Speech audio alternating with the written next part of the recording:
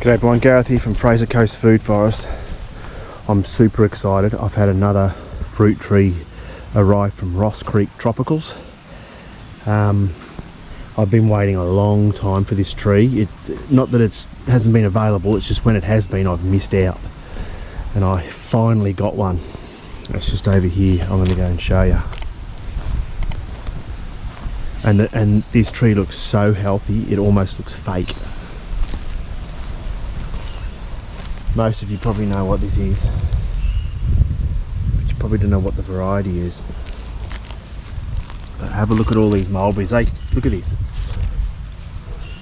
Look at that. I mean, look at these leaves. It almost looks as though it's a fake plant, but believe me, it's not.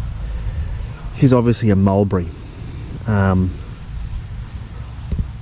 this is the Pakistan mulberry, which grow huge mulberries, even bigger I believe than the Shatut mulberry, which are big, long, can grow up to 10 centimeters long. These can grow up to 10 to 15 centimeters long and fat.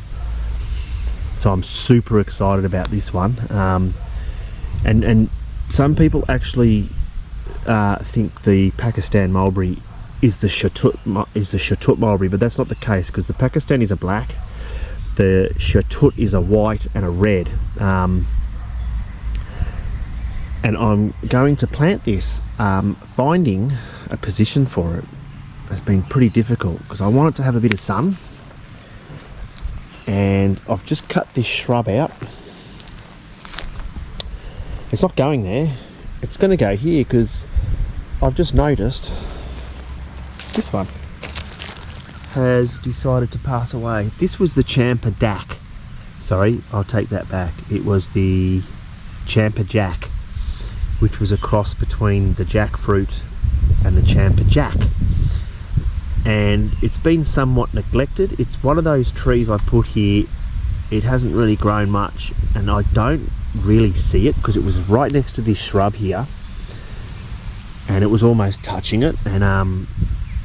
And I came out here one day and noticed it was dead.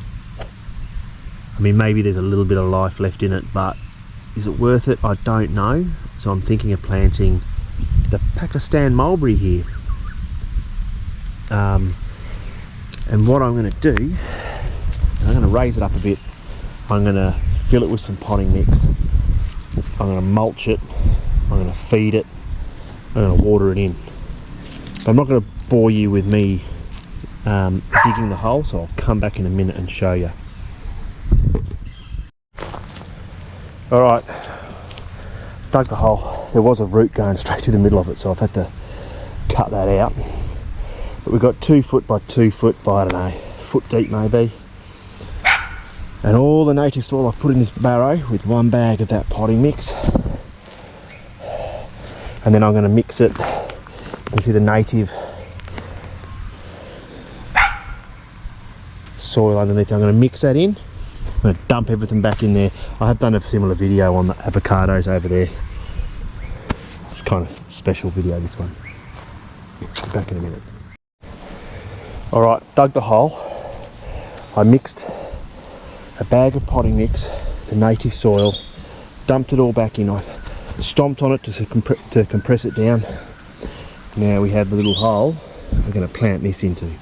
But I wanted to show you how Ross Creek Tropical ship their trees. This was obviously in a cardboard box.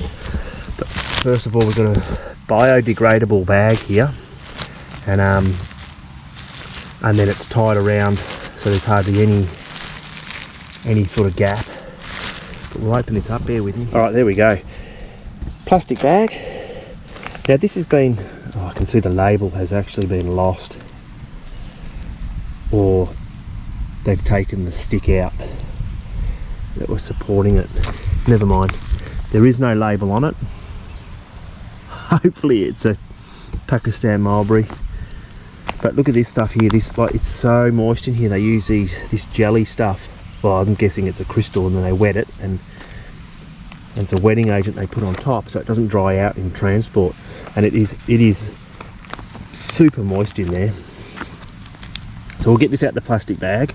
The first thing I'm going to do is we're going to take this, we're going to put it in here in the hole and see if we're at the right depth, which is probably about right. So I want the level of this to be at where I want the mound to be. So looking at this is obviously all going to go backfilled into here, but it's going to be slightly higher than the ground level that's around it, and then we're going to mulch all around it. And I want to make sure this one's spoiled. Look at these mulberries. Oh. I hope they don't fall off in shock. They shouldn't. If they do, what I'll do is probably give it a bit of a prune and see if we can get some more fruit off it again. Right, so I won't bore you with this. I'm going to take this out of the bag. I'll put it in, we'll come back. There we have it, out of the bag. Hey Ozzy. Out of the bag. I'm not even going to break up any of the soil around the plant. I'm just going to keep it like that, and we're just going to backfill it, press it down, water it in, mulch it, and we'll go from there. So we'll just fill this in, make sure the plant's nice, and I've sort of positioned it how I want it, and then we'll backfill this in.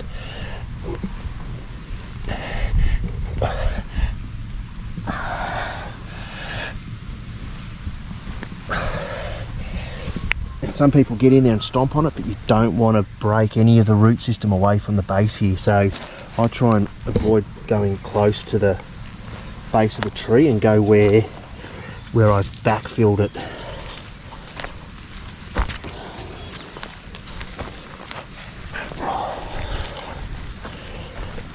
Like that. And then, oh, mulberry fell off. No! And then you can see the level there. We don't want it to go up. We don't want to bury the stump. The stump. We don't want to bury this, otherwise we'll get collar rot, and then goodbye plant. And I'm going to put a bit of a berm just to hold some water in. Just like that. We'll fill that up a couple of times, let it soak down, and then we'll mulch it.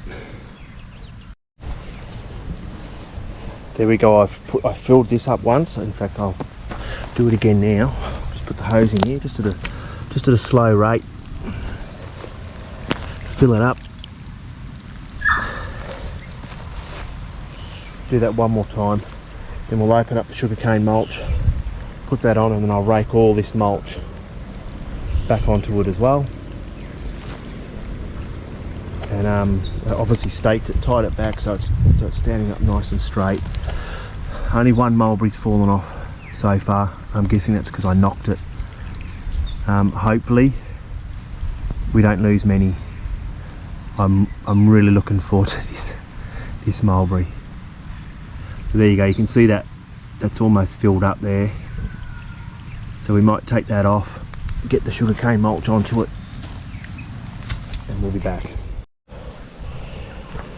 About half a bag of the sugarcane mulch. They get a fair bit in these bags, it goes a long way. Now I'll rake this mulch back up. Alright, I put some organic chicken pellets down, this chicken manure. Just to spread it all around the top, on top of the mulch pile, a little bit in the middle there. The feeder roots are just obviously right in the middle at the moment, and I don't want to overdo it with fertiliser and burn it, so I put a little bit on the outside for when the roots start to spread through here. And then the last bit is the Charlie carp, and we're going to put 9 litres. This is about, I don't know, 80-90 mil of that in the bottom, and I'm going to fill this up to the top. I'm going to water it in, and that will be it. That will be the Pakistan mulberry planted, cross fingers. Of course the battery just went flash. I was about to finish, went flat before I was finishing. Anyway, there it is, cross fingers. This holds up and keeps its fruit. I've put the 9 litres of Charlie carp on, watered it in. Now we just cross fingers and hope for the best. I hope you enjoyed the video. Don't forget to like, subscribe and share, and I'll see you in the next video. Don't forget, give us a nice thumbs up as well. See you later everyone, bye.